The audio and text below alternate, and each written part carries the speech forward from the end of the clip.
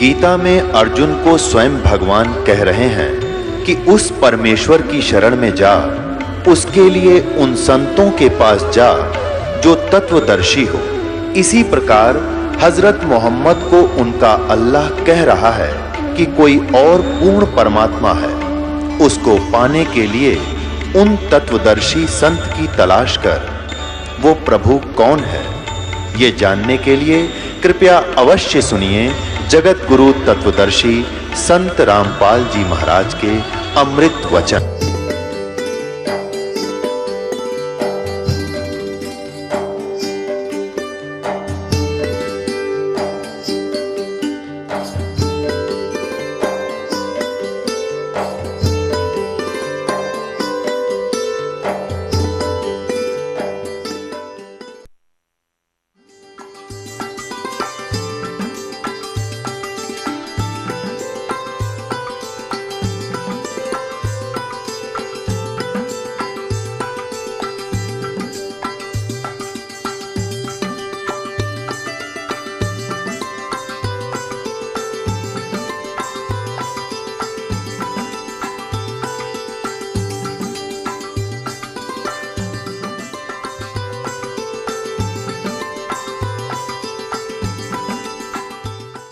योगी कौन होता है?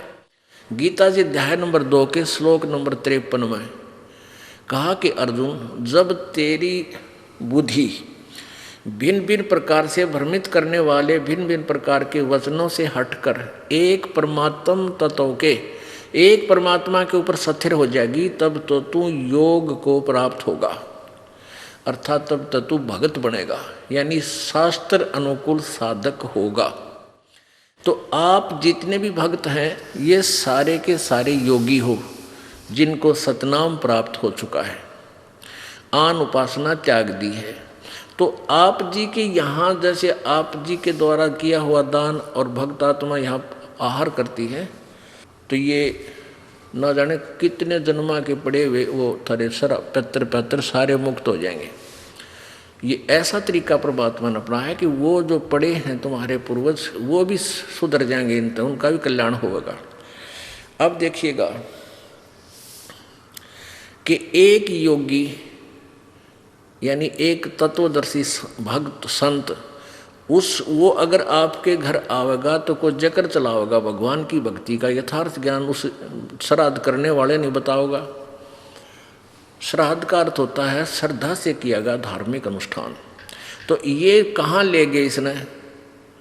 ये तो फिर पेट भरण पर आ खड़े करे इन्होंने। ये वो श्राद्ध वो उद्देश्य दूसरा बना दिया इन्होंने। तो संत पूर्ण संत होते हैं, वो ज्ञान देते हैं, अपनी मजदूरी करते हैं, पहले पूरा ज्ञान समझाते हैं वो क्या कहना चाहता है, भगवान कैसा है, कौन है, और फिर 2 रोटी खाएंगे कि तब बाद में उनके या अपनी आरती उर्ती करेंगे 100 प्रकार के अपने क्रियाक्रम करके जब कभी भोजन खाते हैं। तो वो हो सकता है उस प्यारी आत्मा का समझ में आ जाए भाई भक्ति ये करनी चाहिए, ये श्राद्ध नहीं करने चाहिए इस तरह। तो कहते हैं हो सकता है उन ब्राह्मणों का भी कल्याण करवा दे। एक समय एक रानी थी, भक्त संत रविदास जी की शिष्या होगी वो। अब जब तक वो संत रविदास जी कबीर परमात्मा के सर में नहीं आया था, यानी रहते थे साथ ही साथ वो, लेकिन परमात्मा ने भी उनको शरण में लिया नहीं था, क्योंकि रामानंद जी से उनको दीक्षा दिलाई थी। एक ब्राह्मण था और वो रविदास जी के पास गया और कहने लगा, रविदास जी चल गंगा में नहा के आते हैं। तो रविदास जी कहने लगे भाई, क्योंकि रामानंद जी को परमात्मा कबीर जी ने ये ज्ञान दे दिया था, तो रामानंद जी ने रविदास जी को वो ज्ञान जचा रखा था। तो रविदास जी कहने लगे भाई हमारी गंगा तो हमारा यहीं पर है, सिमरन है, और हम गंगा में नहीं जाते। काफी उसने कहा, नहीं मान्य रविदास जी। तो रविदास जी कहने लगे भाई एक काम करिए। तो ब्राह्मण कहने लगा कि भगत जी कुछ गंगा में कोई पैसे डालने हो तो दान पुण्य करने खातिर दे दे, मैं डाल दूंगा। उसने नहीं सोचा था ये 2-4 रुपये दे देगा, कुछ मंगा लिए, कह देगा डाला गंगा में। तो रविदास जी बोले भाई एक काम करिए, ये ले जा मेरा 1 रुपया, और गंगा जी हाथ काट के जो रुपया ले वह न्यू हाथ में पकड़े तो दे आइए ना, वापस ले आइए। अब उसने सोचा कौन देखेगा, उड़ा मैं अपनी जेब में डाल लूंगा और कह दूंगा दे दिया मैंने, वो हाथ में पकड़ा था उसने। अब उसने जाकर एक बार तेने बोल दिया, हे गंगा मैया, भगत रविदास ने आपके लिए 1 रुपया भेजा है, न्यू क्या है हाथ में ग्रहण करे। एकदम हाथ निकला बाहर और ले लिया। दूसरे हाथ में क्या निकला, एक सोने का सुंदर कंगन, वो पंडित जी को दे दिया, और गंगा ने कहा ये उस परम संत को दे देना, सोने का कंगन। अब पंडित जी का गया बेईमाना, अग भाई के बेरा फटेगा, रविदास जी ने ठगा ला जेब भीतर ली में, और उसने आके राजा को दे दिया। अच्छे पीछे मिलेंगे। राजा ने अपनी रानी को दे दिया। रानी कहने लगी इस आते एक और चाहिए, ये तो जोड़ा होता है। उसके कुछ पैसे दे दिए, जैसे भी 20, 30, 50 रुपये थे उस कंगन के, पहले महंगे सस्ते होते थे भाव। अब राजा नवबामण फिर बुलाया, पंडित जी बात सुन, एक और लिया, नितरा बकल तारांगे जा नहीं ले आते। क्यों, उसा कंगन उसने सारा पटक सर पटक लिया, कितना नहीं पाया। वो जब दुखी हो लिया कि जान बच्चा नहीं, रविदास जी के पास चले, शायद वो फिर 1 रुपया दे दे, मैं गंगा में दे आऊँ और फिर वहाँ से मिलेगा मुझे। तो फिर रविदास जी के पास गया पंडित जी, कहने लगे भगत जी आज तेरे हाथ में मेरे परिवार की जान है। राजा ने जब वो 1-2 बार नकारा कर दिया, जी और तो ना पाता, ने बोला रानी का आदेश है, या तो लिया नहीं तेरे पूरे परिवार ने कोल्लू में पीड़ाएंगे। पहले ऐसे जुबान पर कानून होता था राजाओं का। अब वो घना डर गया, फिर आखिर में आया रविदास जी के चरणों में पड़ गया, रोए पड़ा। रविदास जी कहने लगे क्या हो गया, क्या हो गया ऋषि जी, क्या बात है, क्यों रो रहे हो? नो बोला जी जान बचा दो, आज आपके हाथ में मेरे परिवार का जीवन है। रविदास जी बोले भाई कहानी बता क्या है? नो बोला जी आपने जो वो रुपया दिया था वो मेरी जान का झाड़ हो गया। रविदास जी बोले भाई कारण बता, मेरा रुपये का कह रहा, पहले तू ये बता वो रुपया मैया ने लिया कि नहीं तेरी ने बोला जी मैया ने लिया, एक हाथ से रुपया पकड़ लिया, दूसरे हाथ से कंगन दे दिया सोने का। मेरे को आ गया लालच, मैंने दे दिया राजा को, उसने मेरे 150 रुपये दे दिए उसके, यानी उसमें 100 रुपये तो आजकल लाख रुपये के बराबर थे। अब उसने रानी को दे दिया, रानी ने जिद कर दी कि एक और चाहिए, तो जोड़ा होया करे। अब वो दूसरा मैं सारा सर पटक लिया, मुझे मिल नहीं रहा, राजा का आदेश से जो दूसरा नहीं लेकर आया था मेरे पूरे परिवार को ख़त्म करेगा।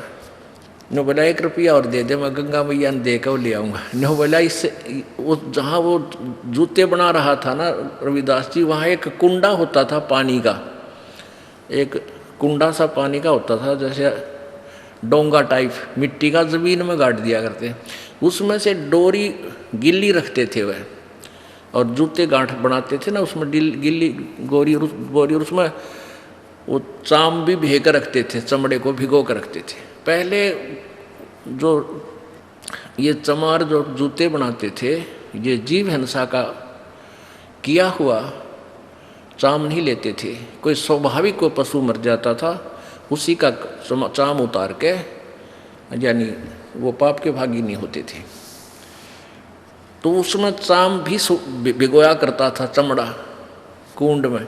तो रविदास जी बोले इस कुंड में हाथ दे कर काट ले जितने कंगन चाहिए। अब पंडित जी पहले तो दूर बैठा था, एक लत कपड़े से बोझ के, और मरता क्या नहीं करता, वो हाथ दे दिए उसमें, वो चाम के पानी में हाथ मारा तो उसके अंदर से 3-4 कंगन आए, एक जैसे, वो बिल्कुल डिटो कॉपी। अब रविदास जी बोला बाकी यहीं डाल दिया ना, और सामत आ जाएगी तेरी, एक ले जा अपना। अब उसने तो कलजा पाटन हो रहा था, वो तो लेकर चला गया। अब वो रानी ने पूछा, भाई तू लाया कितने पल दनाटे था, सच्ची बता। उन्होंने सारी कहानी बता दी। तो वो रानी इतनी प्रभावित हुई ऋषि जी तय उससे, रविदास जी से, उन्होंने, रानी ने उसको गुरु बना लिया रविदास जी को। और एक दिन फिर धर्म भंडारा किया, एक भोज देना चाहा उसने, कोई लड़के की पार्टी पूर्टी करके जन्मदिन वगैरह का। उसमें 700 तो ब्राह्मण आ रहे, ब्राह्मण पंडित जी, और उधर से गुरु जी को भी आमंत्रित करना जरूरी था कि गुरु के बिना कोई अनुष्ठान नहीं करना चाहिए। रविदास जी को बुला रखा। रविदास जी को रानी ने आदर सत्कार से अलग से एक सुंदर आसन बिछा कर उसको ऊपर विराजमान कर रखे। उधर से ब्राह्मणों को न्योता दे दिया। सामने ब्राह्मण 700 ब्राह्मण आके और पंक्ति बना के भोजन के लिए पोजीशन पकड़ गए, और उधर से भोजन परोस दिया। सामने भोजन परोस दिया। जब तक भोजन नहीं आता ना, इतना नीतरा आगरा केला होंगे, जलेबी आओगी, लड्डू आओगी, वो ध्यान नहीं रहता कौन कित बैठा है। जब पूरी थाली भर ली, जब देखा उन्हें इधर उधर करके, उन्हें देखा रहा यू चमार बैठा है यहाँ पर। सारे खड़े हो गए, न बोले रानी तने हमारी बेइज्जती कर दी है, हम भोजन नहीं करेंगे।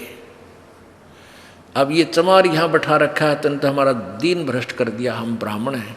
अब रानी कहने लगी, ब्राह्मणों रोटी खानी है तो खा लो, ना मेरे गुरुजी तो यहीं बैठेंगे, ये नहीं उठेंगे यहाँ से। अब रविदास जी कहने लगे, रानी बात सुन बेटी, आय अतिथि का अनादर नहीं करते, पाप लग करे। रविदास जी खड़े हो गए और कहने लगे, विप्रो मैं अपनी औकात भूल गया था, मेरा स्थान तो आपके जूतों में है, मैं वहाँ बैठता हूँ जाके, आप भोजन पाओ, रुष्ट ना हो, इस बच्ची को दोष लग जाएगा। अब रानी मना करती है और गुरुजी रविदास जी कहने लगे, बेटी गुरु का आदेश पालन होता है, आप मत बोलो। और वहाँ जाकर बैठ गए जहाँ उन्होंने जूते निकाल रखे थे। रविदास जी वहाँ बैठ गए, अपना भोजन कर रहे हैं। अब वो पंडे लागे छक्कन पे रोटी फटाफट। अब प्रत्येक पंडित के साथ में एक रविदास भोजन खा रहा है। 700 पंडित और 700 रविदास जी रूप बन गए और उनके साथ में रोटी खावे। वो सामने वाला पंडित कहता है, अरे तेरे साथ ये चमार रोटी खा रहा है। रविदास कहता, तेरे साथ भी तो खा रहा है। वो कहता, तेरे साथ भी तो खा रहा है। अब सारे कूद कूद पड़े। रविदास जी कहते हैं, ये ब्राह्मणों मेरी और इंसल्ट मत करो, मैं तो देखो यहाँ बैठा हूँ, मुझे बदनाम मत करो। वहाँ देखा सचमुच वहाँ भी बैठा और 700 रूप में उनके साथ खड़े। तब रविदास जी खड़े हुए ने बोले, पेट भरो, तुमने ना तो भगवान का बेरा, तुम तो पेट भरने की का ठेका ले रहे हो। कहने लगे, तुम इस जनेऊ से मोटे मोटे टांग रखे नो। तो परमात्मा रविदास जी बोले, जनेवात मुक्ति ना हो भाई, भक्ति से मोक्ष होगा। और तुम जनेवा चाहते हो, कहते अपना एक हथियार गेल ले रहे थे, चाम छोलन का, इतनी लंबी खुरपी सी वाग रहे। वो कहते हैं वो तो एक लीला थी, कौन सी खाल पाड़े थे, एकदम न्यू करके दिखा दिया। न्यू बोले, देखो मेरे अंदर सोने का जनेऊ है भाई, तुम तो इस सूत का बोझ मरो। तब कहते हैं 2 घंटे तक प्रवचन किए उस परम संत ने। वो 700 के 700 पंडितों ने वो जनेऊ काट कर फेंक दिए, रविदास जी के चरणों में शीश समर्पण कर दिया, नाम ले लिया। गरीबदास जी ने लिखा है, 1.25 मन सूत होया था उनके गला में का, 1.25 मन सूत, और उनने उन 700 पंडितों का उद्धार कर दिया। तो यहाँ क्या बता रहे हैं, वही बता रही है ये विष्णु पुराण, कि यदि एक सत साधक के सामने 1000 ये पेट भर श्राद्ध खानिए भी बैठे हों, उनका भी उद्धार और श्राद्ध यजमान का भी यानी भगत का भी उद्धार वो एक ही योगी कर देता है। जग सारा रोगिया रे, जिन सतगुरु वैद न जाना, जग सारा रोगिया रे, जग सारा रोगिया रे।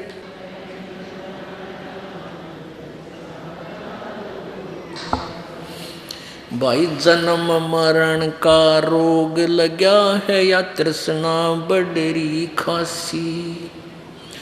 जन्म मरण का रोग लग्या है या तृष्णा बडरी खासी।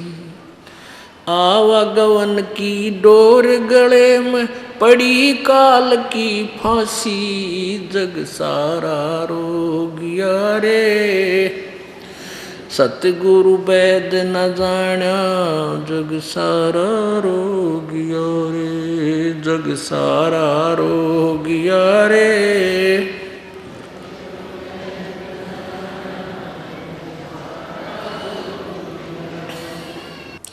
भाई सच्चा सतगुरु कोई न पूजे इन झूठों जगपतियासी।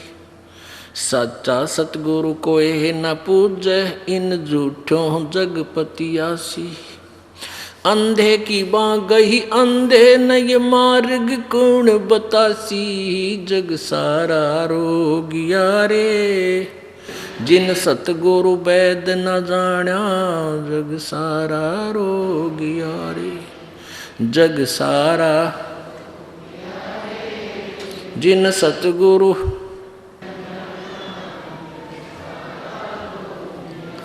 भाई देखा देखी गुरु शिष्य बन गए किया ना तत्व विचारा। देखा देखी गुरु शिष्य बन गए किया ना तत्व विचारा। गुरु शिष्य दोनों के सिर पर युकाल ठोके पंजारा। जग सारा रोग रे जिन सतगुरु वैद न जाना। जग सारा रोगिया रे जिन सतगुरु वैद न जाना। भाई सार शब्द सर जीवन बूटी गैस गैस अंग लगावे। सार शब्द सर जीवन बूटी गैस गैस अंग लगावे। कह कबीर तुम सत कर मानो ये जन्म मरण मिट जावे। जग ओ गिया रे जिन सतगुरु वैद न जाना। जग जग सारा रोगिया रे जिन।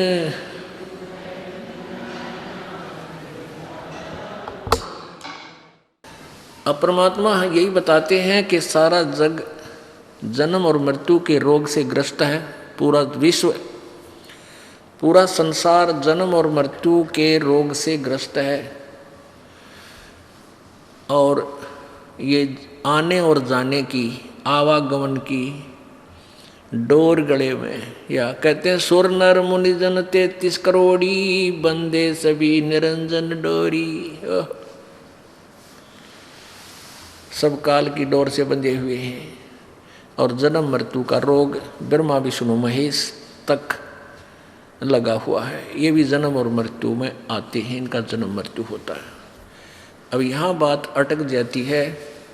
जो प्रथम बार कोई पुण्यात्मा सत्संग सुन रहा होगा, क्योंकि हमारे श्रद्धालु भक्त अपने मित्र को, रिलेटिव को या किसी और साथी को, सहेली को, बहन बेटी, अपनी कोई रिश्तेदार को समझाते हैं, वो नहीं मानते दिखते हैं तो उनको भलो चुप लोग हैं, ये कहते हैं कि तुम सत्संग सुनो एक बार चल के। तो यहाँ आने के बाद फिर उसको क्लियर हो ही जाता है कंसेप्ट।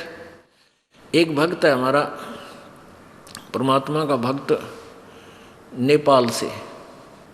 उसने एक अपने, वो डॉक्टर है, अच्छा अधिकारी, उससे कहा कि आप हमारे गुरुजी का सत्संग सुनो।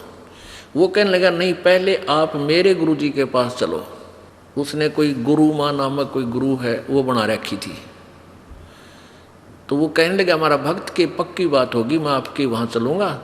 आपके गुरुजी का सत्संग तभी बहुत दूर है, समय है, पहले हमारे गुरुजी का सत्संग एक बार वहाँ चलो आप, फिर हम आपके वहाँ चलेंगे। अब उसने यहाँ ले आया।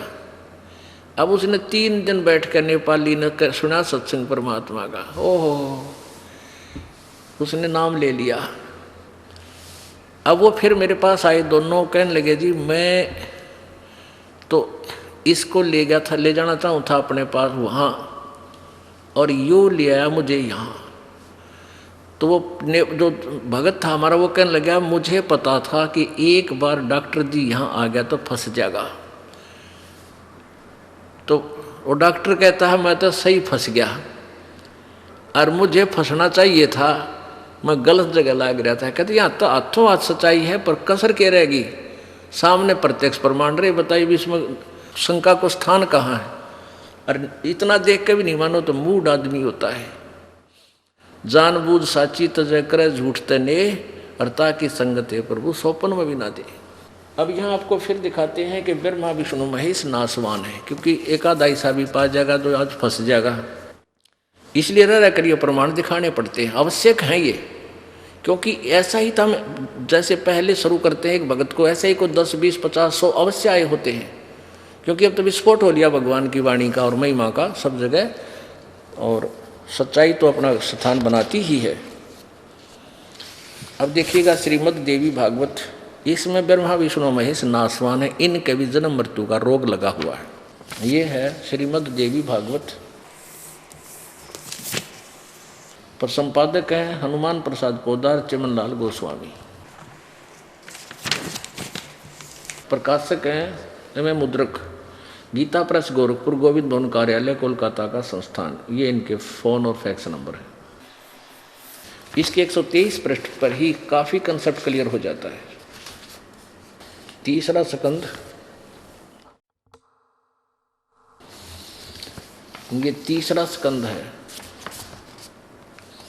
यहाँ 123 पृष्ठ पे विष्णु भगवान अपनी माता दुर्गा की स्तुति कर रहा है। तुम शुद्ध स्वरूपा हो, ये सारा संसार तुम्हीं से उद्भासित हो रहा है।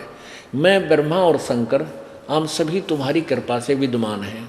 हमारा आविर्भाव माने जन्म और तिरोभाव बिन मृत्यु होता है। हम तो जन्म और मृत्यु होता है, हम अविनाशी नहीं है।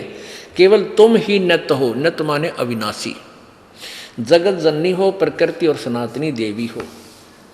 भगवान शंकर बोले देवी, यदि महाभाग विष्णु तुम्ही से प्रकट हुए हैं, उत्पन्न हुए हैं, तो उनके बाद उत्पन्न होने वाले ब्रह्मा भी तुम्हारे बालक हुए।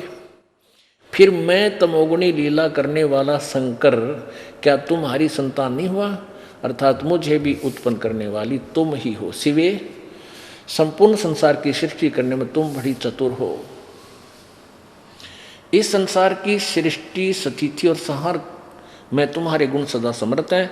उन्हीं तीनों गुणों से उत्पन्न हम, रजगुण ब्रह्मा, सतगुण विष्णु, तमगुण शंकर, यानी ब्रह्मा विष्णु और शंकर नियमानुसार कार्य में तत्पर थे। इससे सिद्ध हो गया कि ब्रह्मा विष्णु महेश नासवान है, अविनाशी नहीं है। जग सारा रोगिया रे, जिन सतगुरु वैद न जाण्या। जग सारा रोगिया रे। अब ब्रह्मा विष्णु महेश तक को भी यह जन्म मरण का रोग लगा हुआ है। आज प्रसंग चल रहा है कि सतगुरु बिन काहू न पाया ज्ञाना, जो थोथा वो छिड़े किसाना। अब अभी तक जो ज्ञान आप सुन रहे हैं कि अब श्राद्धों के विषय में आपने पढ़ा, देखा, आंखों देख लिया। अभी विष्णु पुराण में श्राद्ध के विषय में एक और प्रकरण दे रखा है कि श्राद्ध में भैंस का दूध प्रयोग नहीं करना चाहिए, उससे श्राद्ध लगे नहीं। फिर आपके पितर तो रह गए बिना श्राद्ध के, क्योंकि गाय तो अब रही कोई ना, गऊ तो बहुत अभाव हो गया, सब दूध श्राद्ध भैंस का ही प्रयोग करते हैं। अब देखिएगा, ये यही विष्णु पुराण गीता प्रेस गुरुकुल से प्रकाशित है। इसके 214 पृष्ठ पे है। अब 213 तो आपने पढ़ लिया। ये देखिएगा, ये है तृतीय अंश, वही चल रहा है। ये तृतीय अंश और अध्याय नंबर ये 16 जो अभी आपने पढ़ा था 213 पे। देखो और कमाल दिखाऊँ आपने, इन जीव के चठोरे ने के जुल्म कर रखे है। पुणात्मा भक्ति करना कोई कठिन बात नहीं है, ज्ञान समझ में आना चाहिए। जब ये दिल डटेगा, एक जगह स्थिर होगा एक परमात्मा पे, नहीं तो आप वैसे भटकते रहोगे। आपको दृढ़ करने के लिए दास ने का यही प्रयत्न है कि आपको रंग दो इसे रंग में, क्योंकि आप सब बालक नहीं है, समझदार हैं, बालक भी समझदार हैं। तो अब 5वीं 6ठी कक्षा के बालक की कंप्यूटर चलाने लाएंगे तो आध्यात्मिक कंप्यूटर न देगा, मोड़ न देंगे। अब देखो, आपने यही पढ़ा था 213 पृष्ठ पे तीसरे अंश में, और ये 16वें 15वें अध्याय में, कि हे राजन, श्राद्ध करने वाले पुरुषों से विश्वदेवगण, पितृगण, मातामह यानी दादी और कुटुंबी जन सभी संतुष्ट रहते हैं जो भूत बन गए। हे भूपाल, पितृगण का आधार चंद्रमा है और चंद्रमा का आधार योग है, इसलिए श्राद्ध में योगी जन को नियुक्त करना अति उत्तम है। हे राजन, यदि श्राद्ध भोजी एक सहस्र ब्राह्मणों के सम्मुख एक योगी भी हो तो वह यजमान के सहित उन सब का उद्धार कर देता है। ये तो उदाहरण आपको दे दिया रविदास जी ने, उन 700 कारगिल रानी का उद्धार कर दिया। आगे देखो 16वां अध्याय। औरव बोले, और इसी बता रहे हैं कि हवी, मत्स्य यानी मछली, ससाक, सशक खरगोश, नकुल, शुक्र, सूर और छाग, कस्तूरिया मृग, कृष्ण मृग, काला मृग, गवय यानी वन गाय, वो नील गाय बोलते हैं ना, वन गाय, और मेष यानी भेड़ के मांस से, तथा गव्य तरह के भी है। यहाँ देखना संस्कृति इनकी, इन्हें गाय का मांस इसका अर्थ है, लेकिन इसने घुमोड़ दिया, थोड़ा सा अनुवाद कर गलत कर दिया। गव्य गौ के घी दूध आदि से पितृगण कर्म से एक एक मास अधिक तृप्ति लाभ करते हैं, और वर्गणी पक्षी के मांस से सदा तृप्त रहते हैं। ये और मीठा होगा कि मैं स्वादिष्ट होगा इनके लिए। और हे नरेश्वर, श्राद्ध कर्म में गंडे का मांस, काल साक और मधु अत्यंत प्रशस्त और अत्यंत तृप्तिदायक है। अरे वाह, यानी जो जिसने जो जी चठोरी थी वो बढ़िया बता दिया कि गंडे का मांस हो जाता, कहना है कर गेलो सैद, आहा जी पंगारी दर दे इनके। अब देखो इसमें स्पष्ट लिख रखा है, ये जो इसका अनुवाद है कि हवी, मत्स्य, ससाक और ये गव्य। यहाँ देखो हवी, मत्स्य, सस्य, नकुल से शौकर यानी सुअर, और यहाँ गवैयर ये है गवर और गवियन, और ये इसके विषय में यहाँ लिखा है। यहाँ अब हिंदी पढ़ेंगे क्योंकि यहाँ गवियन यानी ये मांस के लिए ही लिखा सारा कुछ। इन्होंने डरत्या न कदे कोई हिंदी पढ़ लेने का, मांस का, गां का मांस खाने का लिखा है और हिंदू थरा सर फोड़ दें, तो इसलिए यहाँ कर दिया गौ का घी दूध लिख दिया, बाकी यहाँ मांस। अरे घी दूध का जिक्र नहीं है कितना, ये तो मांस के ऊपर प्रकरण है। तो गाय का मांस भी इन्होंने लिखा है कि वो भी खाना चाहिए। थरा फिर मुसलमानों ने बुरे क्यों बताना थे भाई हम, ये तो कसाई घराएं बैठे थे दुश्मन, ये ऐसे प्रकरण लिख कर चले गए हमारे लिए। यहाँ देखो आगे, अब यहाँ देखो ये 214 पृष्ठ पे, और वही 16वां अध्याय चल रहा है, 15वां पढ़े 16वां चल रहा है। यहाँ देखो इसमें भैंस का दूध श्राद्ध में प्रयोग नहीं होना चाहिए, और सारे भैंस के दूध तो श्राद्ध काटने तुम तो वो भी नकली काम तुम्हारा। ये देखो हे राजन, जो रात्रि के समय लाया गया हो, अप्रतिष्ठित जलाशय का हो यानी शाम का पानी, और जिसमें गौ तृप्त न हो सकती हो ऐसे गड्ढे का अर्थात दुर्गंध या फैन युक्त जल श्राद्ध के योग्य नहीं होता। एक खुर वालों का, ऊँटनी का, भेड़ का, मुर्गी का तथा भैंस का दूध श्राद्ध कर्म में काम न ले। बताइए क्या तो काटोगे श्राद्ध, गए काम तो है, इसलिए आ जाओ बंदी छोड़ की शरण में, बेड़ा पार हो जाएगा। अब आपको दिखाते हैं अब ये तीर्थों के बारे में। ये तीर्था बड़े डुबाया करते, वह तीर्थ क्या थे, इसमें ऐसे ऐसे बेउद्य प्रकरण लिख रखे हैं, सुनाते हैं विश्रमा हमने। अब ये तीर्थ क्या चीज है? अब इन तीर्थों का ऐसा प्रकरण है कि कहीं पर किसी साधक ने बैठ के किसी इष्ट की या जैसी भी उसको साधना प्राप्त थी, उसने वहाँ यानी किसी तालाब का आश्रय लेकर, नदी या झील का, अपनी तपस्या साधना की, जैसा भी अनुष्ठान उसको पता था। अब उसने जो भी डले ढोए थे, यानी जहाँ तक की भी साधना की थी, किसी स्वर्ग की या महास्वर्ग की, वो तो करके साधना चला गया वहाँ से, जहाँ जिस लोक में जिस इष्ट के पास उसने जाना था।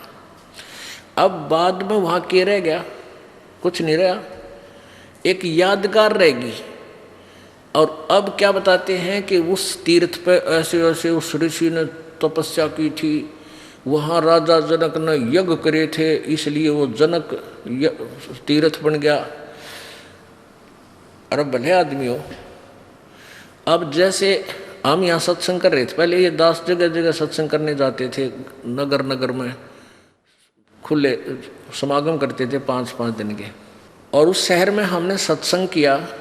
जो सत्संग सुनने आए वहाँ उनके लिए भोजन भंडारा फ्री होता है। वहाँ सत्संग करके हम आगे चले गए तो वहाँ के छोड़ आए वो भट्ठी, ईंटा के बनाए हुए चूल्हे। और कोई व्यक्ति कहे बाद में कि यहाँ रामपाल महाराज का सत्संग हुआ था, देख यहाँ हलवा बना था, यहाँ पूरी बनाई थी, यहाँ बूंदी बनावे थे, और यहाँ भंडारा कराया था, हलवा भी बना रहे थे देसी घी का। अब वहाँ ना तो हलवा ना पूरी और ना संत रामपाल का सत्संग है, वो तो एक स्थान है, वो भट्ठी, वो चूल्हे माटी के ईंटों के, वो खाली खोखा है। अब वहाँ चक्कर काटने से क्या सत्संग वाला लाभ या वो हलवा पूरी मिल सके है? नहीं मिल सकती।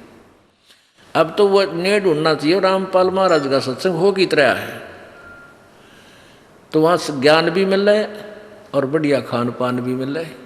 तो ये तीर्थ जो बना रखे थे वहाँ नो के वहाँ चला जाओ तो उस पर ये लाभ हो जाए। अब यहाँ देखिएगा, एक पूर्ववा तीर्थ, इसके विषय में क्या बताया है? एक पूर्ववा नामक राजा था और वो ब्रह्मा जी की सभा में चला गया। वहाँ ब्रह्मा जी की लड़की सरस्वती बहुत सुंदर थी, वहाँ बैठी थी।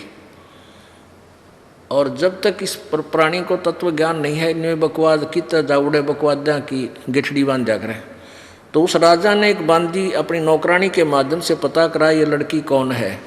उसको पता चला ब्रह्मा की लड़की है। तो उसने संदेशा भिजवाया कि आप मेरे साथ गलत संबंध करना चाहते हो, तो उसने स्वीकृति दे दी ब्रह्मा की बेटी ने। वो दोनों वहाँ से निकल गए। कोई 1000 वर्षों तक एक नदरिया के ऊपर किनारे पर वो बकवाद करते रहे। एक दिन ब्रह्मा जी ने देख लिया, ब्रह्मा जी ने श्राप दे दिया और वो वहाँ फिर कहते वाह लड़की थी ना उसकी, वाह तो दरिया बन गई, नहर में पानी बन गया, कर्म ठोको, और दरिया में डूब कर मर गई होगी शर्म की मारी। और फिर पूर्वा ऋषि ने वहाँ बैठ कर तपस्या की। वो तपस्या क्या करता होगा, उसके वियोग में बकवाद घड़ी होगी उसने। तो कहते वहाँ जाने पर सब दुख दूर हो जाते हैं। उनकी कथा सुनते ही पाप लगे, तुम दुख दूर की बात करते हो, इसे पापियों की। अच्छा गजब हो गया। आप थोड़ी सी झलक दिखाता हूँ, देखो ये है ब्रह्म पुराण। ब्रह्म पुराण केवल हिंदी गीता प्रेस गोरखपुर से प्रकाशित है। ये गीता प्रेस गोरखपुर से प्रकाशित है। ये वही गोविंद भवन कार्यालय कोलकाता का संस्थान। अब इसके 172 पृष्ठ पे संक्षिप्त ब्रह्म पुराण ब्रह्मा जी कहते हैं, आगे देखो, उससे आगे पुरूरवस नामक तीर्थ है। उसके दर्शन की बात तो यह है कि स्मरण मात्र से पापों का नाश हो जाता है। और थारा गजब हो गया, लेकिन उसका उस तीर्थ को याद कर लें जब भी पाप नाश हो जाते हैं। एक समय राजा पुरूरवा ब्रह्मा जी की सभा में गए। वहाँ देव नदी सरस्वती ब्रह्मा जी के पास बैठी हंस रही थी। वह रूपवती देवी को देखकर राजा ने उर्वशी से पूछा, ब्रह्मा जी के पास यह रूपवती साध्वी स्त्री कौन है? यह तो सबसे सुंदर युवती है और अपने सौंदर्य के प्रकाश से इस सभा को उद्दीत कर रही है। उर्वशी ने कहा, ये कल्याणमयी ब्रह्मा कुमारी देव नदी सरस्वती है। ये प्रतिदिन आती जाती रहती है। यह सुनकर राजा को बड़ा विस्मय हुआ। उन्होंने उर्वशी से कहा, इसको मेरे पास बुलाओ। उर्वशी ने जाकर राजा का संदेश सुनाया। सरस्वती ने स्वीकार कर लिया तथा अपनी प्रतिज्ञा के अनुसार वह पुरूरवा के पास आई। राजा ने सरस्वती नदी के तट पर उसके साथ अनेक वर्षों तक विहार किया, मौज मस्ती की। यह देख मैंने, ब्रह्मा जी कह रहा है, तब सरस्वती को साप दे दिया। मेरे साप के कारण वह मृत्युलोक में ही लुप्त हो गई और कहीं दिखाई नहीं देती। जहाँ सरस्वती नदी गंगा में मिली है, वहाँ पहुंचकर राजा पुरुरवा ने तपस्या की और महादेव जी की आराधना करके गंगा जी के प्रसाद से संपूर्ण अभीष्ट प्राप्त कर लिया। तब से उस स्थान का नाम पुरुरवा तीर्थ है। सरस्वती संगम और ब्रह्म तीर्थ पड़ गया। वहाँ सिद्धेश्वर नामक प्रसिद्ध महादेव जी रहते हैं। वह तीर्थ समस्त कामनाओं का देने वाला थोड़ा सरस है। बेकूफ देखिए है, मूर्ख बना रखे। अभी न पढ़ते आना भी शर्मान लागी। हम पहले इसी नशर पर डर रहे थे, इसे डंगे पर रखे इसमें पुराणों में ऐसे मूर्ख बना गए नकली संत में। अब देखो, तीर्थ वो स्थान है जहाँ किसी ने कोई साधना की। चल किसी ने थोड़ी बहुत साधना कर भी ली तो वो लेकर चला गया अपने पुण्य को वहाँ। अब जैसे किसी ने, कई अच्छे स्थान भी हैं, जैसे राजा जनक ने लिखा है कि कई हजारों यज्ञ करिए एक स्थान पर। वहाँ पानी पुणी का अच्छा प्रबंध था, बढ़िया दरिया थी और काफ़ी लोग वहाँ आते थे। राजा के उसमें धर्म यज्ञ की उसने, अच्छी बात है, वो कर गया। तो राजा जनक ने कर लिया, वो तो ले गया अपने पुनों को स्वर्ग में। अब वहाँ उस स्थान पर क्या रह गया? कुछ भी को ना। जैसे किसी ने एक अपने साथ वाले मकान तक एक अमाम दस्ता मांग लिया और उसने क्या किया कि उसमें कुछ अपनी सुगंधित सामग्री कूटी और सामग्री को कूट के उस पोंछ के धो के वो अमाम दस्ता उनका वापस सौंप दिया। अब उस अमाम दस्ते में वो सामग्री सारी निकालने के बाद भी महक रहेगी। वो महक उस कमरे में आ रही है जहाँ वो हमाम दस्ता रखा था। तो उस परिवार वाले उसमें जाते हैं, कहते हैं मैं किस चीज़ की आती है? तो उन्होंने देखा हमाम दस्ते में से आ रही है और उनको पता था कि कोई पड़ोसी ले गया था, उसने कोई अपनी सुगंधित सामग्री इसमें कुट्टी छेती है। कुछ दिनों हुआ भी ना रही, महक भी खत्म होगी उसकी। अब जैसे उस वास्तविक वस्तु का लाभ उठाने के लिए उस पड़ोसी की तरह सामग्री लाओ और कुटो और फिर पूरा लाभ उठाओ। ये वो तीर्थ तो हमाम दस्ता खाली, वहाँ ऋषि था, वो अपने कूट के बना के भक्ति जो चला गया उस हमाम दस्ता में के सूंघने जाएंगे, क्या लेंगे? वैसी ही क्रिया आप यहाँ बरवाड़ा कर लो। ये तीर्थ हमारे लिए, ये साधना हम कर रहे हैं, हमारा ये तीर्थ है। अब देखिएगा श्रीमद् देवी भागवत में बिल्कुल क्लियर कर दिया। अब देखिएगा श्रीमद् देवी भागवत गीता प्रेस गोरखपुर से प्रकाशित है। ये वही है, संपादक हनुमान प्रसाद पोदार, चिमनलाल गोस्वामी। अब बार बार यूँ दिखाना पड़ेगा, देखो न सोचे ये नकली छाप रहे हो अपनी, पेटा ना पर विश्वास ना हो बच्चे गए। गीता प्रेस गोरखपुर प्रकाशित है, गोविंद मुनि कार्यालय कोलकाता स्थान। एक बार ये दास वहाँ नासिक में सत्संग कर रहे थे, नासिक महाराष्ट्र में। वहाँ टेंट ला रखे हम भक्ता ने सत्संग हो रहा है। 2-4 बुढ़े और आगे सत्संग शाम के समय। जब ये दास कहे कि ब्रह्मा विष्णु महेश नासवान है तो न्यू खड़े हुए, अब ये कौन आ गया?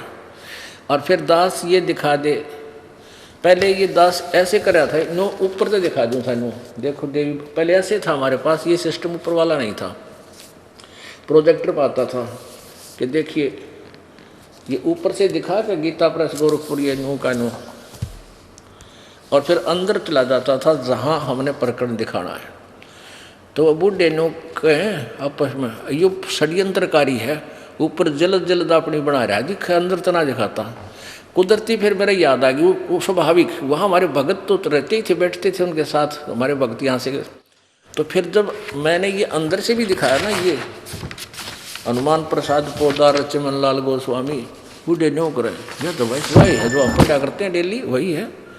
अपनी में देखांगे जाके, यानी फिर भी पेटा ना भरा कि हम अपने वाले पृष्ठ नोट करें, सकंद नोट करें।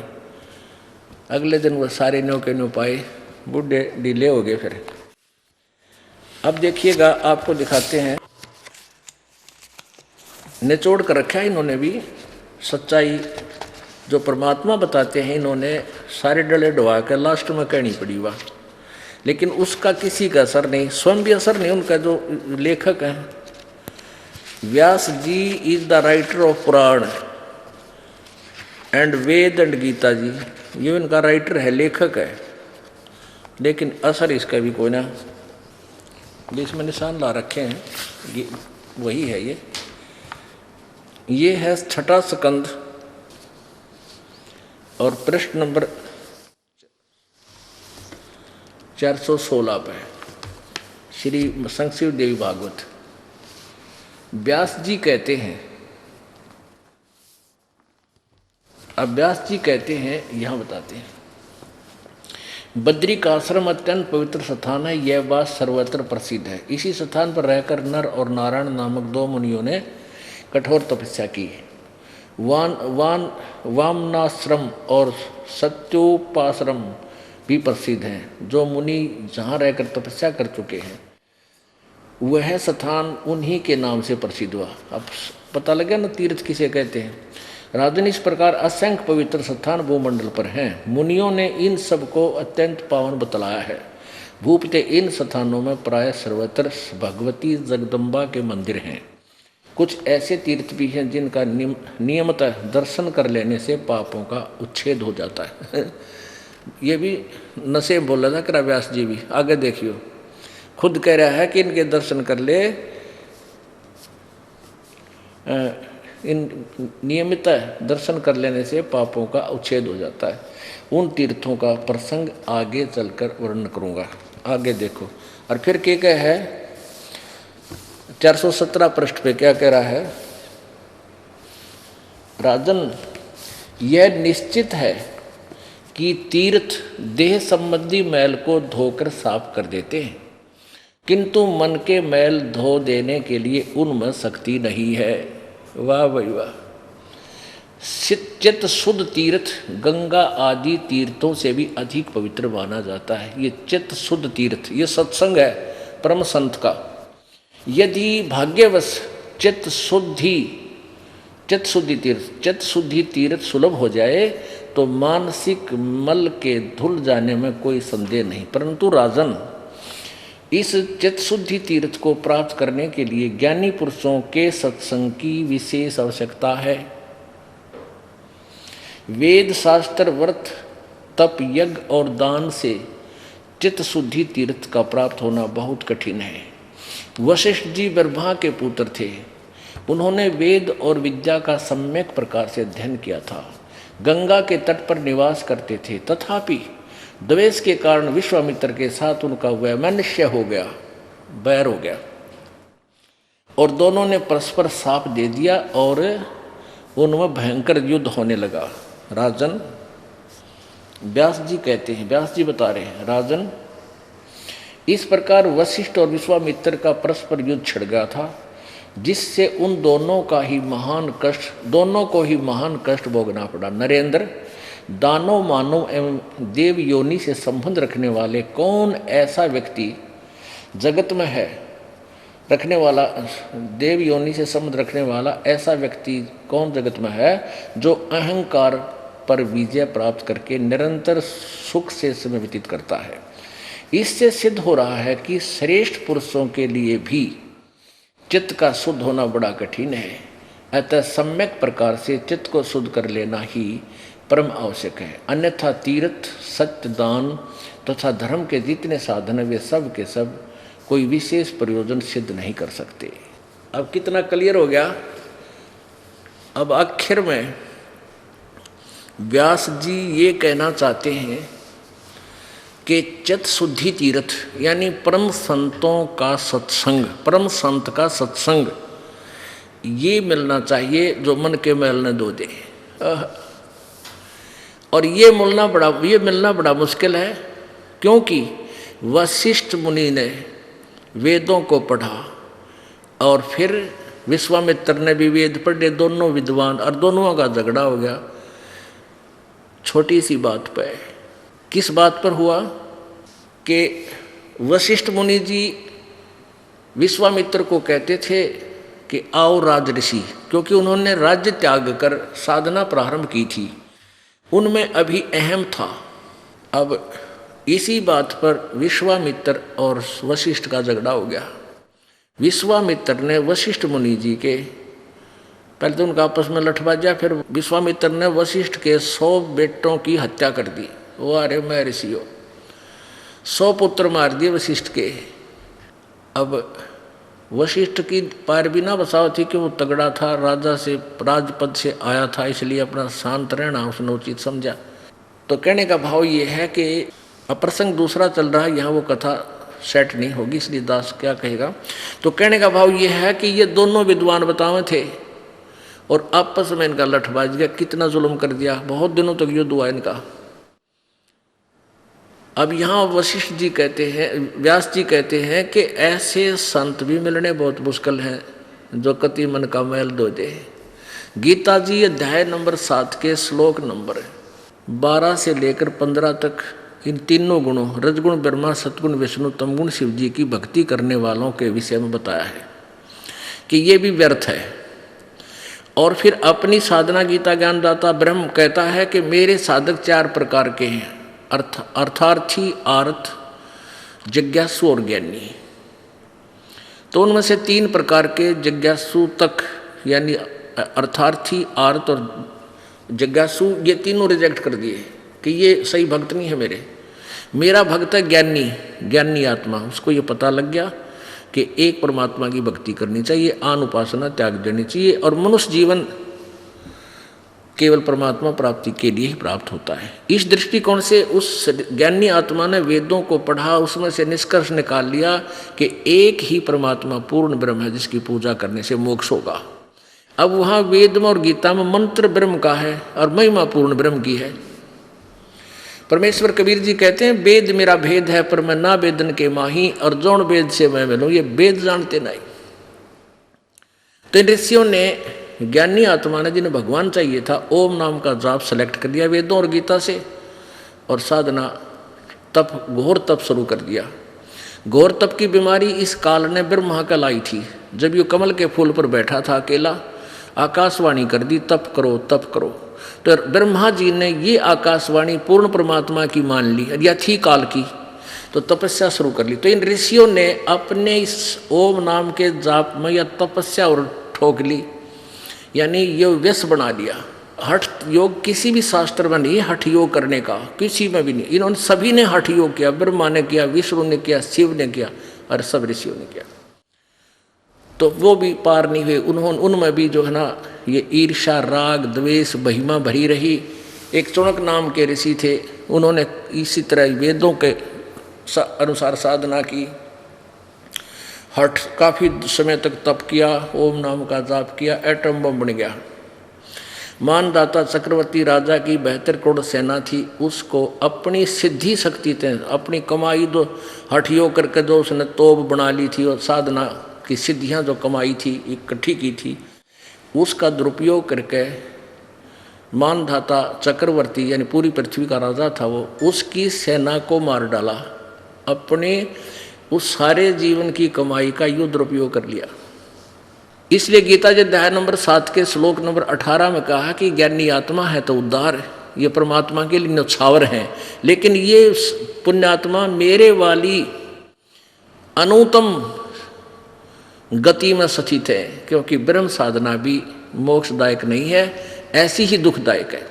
कि जैसे उस तुड़क ऋषि ने साधना की परमात्मा पाने के लिए, भगवान मिला नहीं, उसके लिए तो थ्योरी बना दी, निराकार है, दिखता को नहीं, और उससे होगी सिद्धियाँ, वो एटम बम बन गया। उसका दुरुपयोग करके और सब ऋषियों में सुप्रीम हो गया। और को हो भाई उसने इतना काम कर दिया, एक 72 करोड़ सेना मार दी अपनी पुतलियों से, इससे ये ऋषि पाक किए, इनकी महिमा होगी, डरते इनको प्रणाम करें, छेड़ियो ना, क्योंकि तो भरड़ है, सर्प बन गए, इनमें डंक बन गया, और कोई छेड़ा उसका डंक मार दे, आप पढ़ रहे फिर सांप से।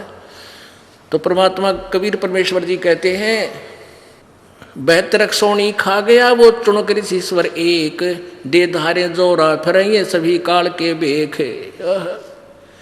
बेहतर सोनी खा गया, ये चुनक ऋषीश्वर, ऋषियों में भी महान ऋषि माना जाने वाला बेहतर सोनी खा गया, और चुनक ऋषीश्वर एक कहते हैं दे धारे या मौत फिरे, ये ऋषि नहीं है तो मौत थी चलती फिरती, ये सभी काल के भेख, ये ब्रह्म तक के साधक, काल के साधक, काल के भेख।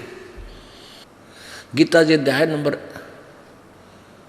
7 के श्लोक नंबर 19 में स्पष्ट किया है कि बहु नाम जन्मा नाम अंते ज्ञानवान माम प्रपतये, और वासुदेव सर्वमिति सहमात्मा सुदुर्लभ है। ये बहुत जन्म जन्मांतर के किसी अंत के जन्म में कोई ज्ञानी आत्मा ब्रह्म तक की साधना करता, नहीं तो नीचे के भैरव भूत बेतालों में देवताओं में उलझे रहते हैं। और ये बताने वाला कि वासुदेव यानी पूर्ण परमात्मा ही भक्ति के योग्य है, वही मोक्षदायक है, वही पाप नाशक है, वही पूजा के योग्य है, उसी की भक्ति करनी चाहिए, नथिंग एल्स। ये बताने वाला साधु तो बड़ी मुश्किल से मिलेगा, सहमात्मा सुदुर्लभ है। तो यहाँ व्यास जी भी यही कह रहे हैं कि जो इस मन के मैल ने धो दे, ऐसा सत्संग करने वाला संत आपको बहुत मुश्किल से मिलेगा। और बात तेरे काम न आवे तू संतों शरण लाग रे, के सोवे गफलत में बंद।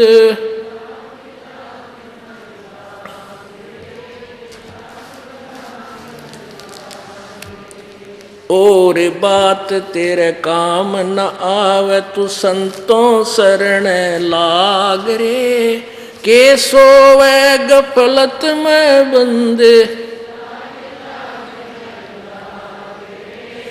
जाग जाग नर जाग रे, भाई इस तन सराय में जीव मुसाफिर, करता रहे दिमाग रे। तन सराय में जीव मुसाफिर, करता रहे दिमाग रे। रात बसेरा कर ले डेरा, चले सवेरा त्याग रे, चले सवेरा त्याग रे। और बात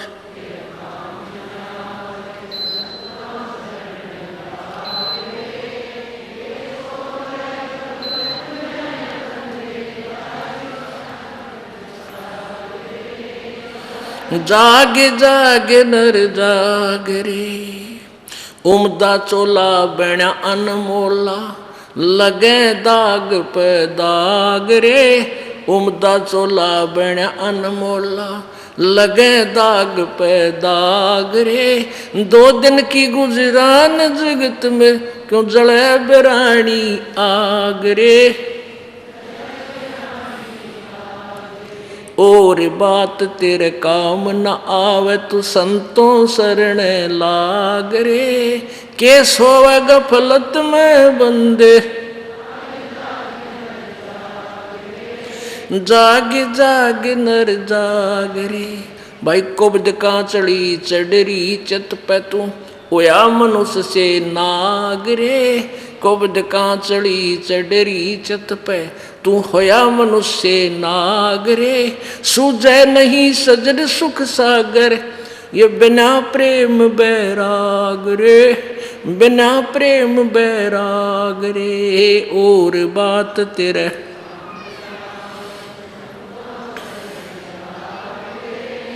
के सोवे गफलत में बंदे। जाग जाग नर जाग रे, जाग जाग नर जाग। भाई हर सुमर सो हंस कवावे, यो कामी क्रोधी काग रे। हर सुमर सो हंस कवावे, यो कामी क्रोधी काग रे। बोरा न भर में विष के बन में, चल बेगमपुर बाग रे, चल बेगमपुर बाग रे। और बात तेरे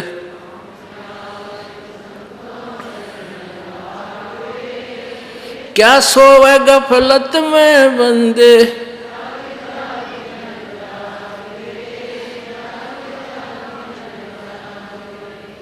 भाई शब्द सैन सतगुरु की पेछाणी, यो पाया अटल सुहाग रे।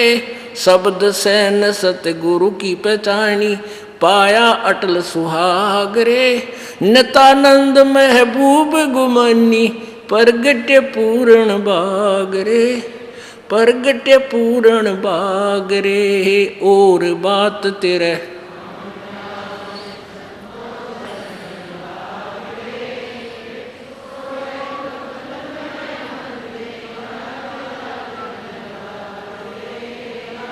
जाग जाग नर जाग रे। और बात तेरे काम न आवे, तू संतों शरण लाग रे। के सोवे गफलत में बंदे, जाग जाग नर जाग रे, जाग जाग नर जाग। सत साही किसी भी सदग्रंथ या संत के विचार आप देखोगे, सर्वप्रथम परम संत की आवश्यकता पर जोर दिया है।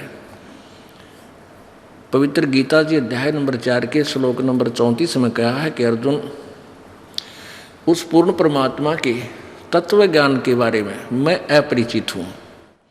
उस तत्व ज्ञान को तू तत्वदर्शी संतों के पास जाकर समझ, उनको दंडवत प्रणाम करने से और कपट छोड़कर उनके सामने प्रसन्न करने से वो तत्वदर्शी संत आपको तत्व ज्ञान कराएंगे। इसी प्रकार यजुर्वेद अध्याय नंबर 40 के मंत्र नंबर 10 से लेकर 13 में यही प्रकरण दिया है कि तत्वदर्शी संत ही आपको यथार्थ ज्ञान बताएंगे। इससे सिद्ध है कि गीता जी का ज्ञान इनकम्प्लीट है और गीता ज्ञान दाता सर्वज्ञ नहीं है और वेद ज्ञान दाता भी सर्वज्ञ नहीं है। उसने भी इन गीता और वेदों से भिन्न ज्ञान जानने वाले उस तत्वदर्शी संत की तरफ संकेत किया है। और इसी प्रकार ये महात्मा नित्यानंद जी कह रहे हैं, भले ही ये विष्णु जी के उपासक थे, लेकिन टर्म एंड कंडीशन एक जैसी ही होती है। जैसे कोई बच्चा खेल में खेलता है डिस्ट्रिक्ट स्तर पर, डिस्ट्रिक्ट लेवल पर यानी जिला स्तर पर, तो नियम वही होते हैं। और कोई खेलता है फिर राज्य स्तर पर, कोई फिर अपना नेशनल स्तर पर, देश के आखिरी जो मैच होता है, और फिर इंटरनेशनल स्तर पर यानी विदेशों के साथ भी जो खेल खेलता है, तो सबके नियम एक जैसे हैं। सर्वप्रथम संत पूरा हो और फिर शिष्य भी पूरा हो, यानी प्रत्येक मर्यादा का पालन करता हुआ इस राम नाम के गेम न खेले, जब सफल होगा। कहते हैं बाजी से राजी नहीं ये संता नाल खुशहाल, ये मल अखाड़ा जीतेंगे भाई युगन युगन के माल। ये भक्ति रूपी अखाड़े में आप जी सेलेक्ट हुए हो, आप ना जाने कितने जन्मों तो भक्ति करते हुए आ रहे हो। जैसे एक पहलवान होता है, वो पहले बहुत प्रैक्टिस करता है, घी घा खाता है, मालिश करता है, दंड पेलता है, तब की तब वो कुश्ती लड़ता है तो सफल होता है। तो उन्हीं में से सफल होते हैं जो प्रैक्टिस कर रहे हैं। तो आप जी काफ़ी युगों से आ रहे हो इस भगवान के बल अखाड़े में, पहलवान हो, सभी बहन बेटी भाई बुजुर्ग जितने भी बच्चे बूढ़े, ये पिछले जन्म जन्मांतर के खिलाड़ी हो उस मालिक के खेल के। तो इन्हीं में से पास होंगे, इन्हीं में से पार होंगे। कहते हैं बाजी से राजी नहीं ये संतानाल खुशहाल, ये मल अखाड़ा जीतेंगे युगन युगन के माल। बोलो सतगुरुदेव। परम पिता परमात्मा सर्व सृष्टि रचनहार कुल मालिक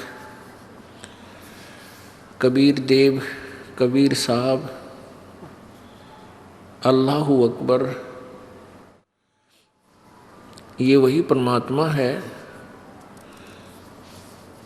जिसने सर्व ब्रह्मांडों की रचना की है।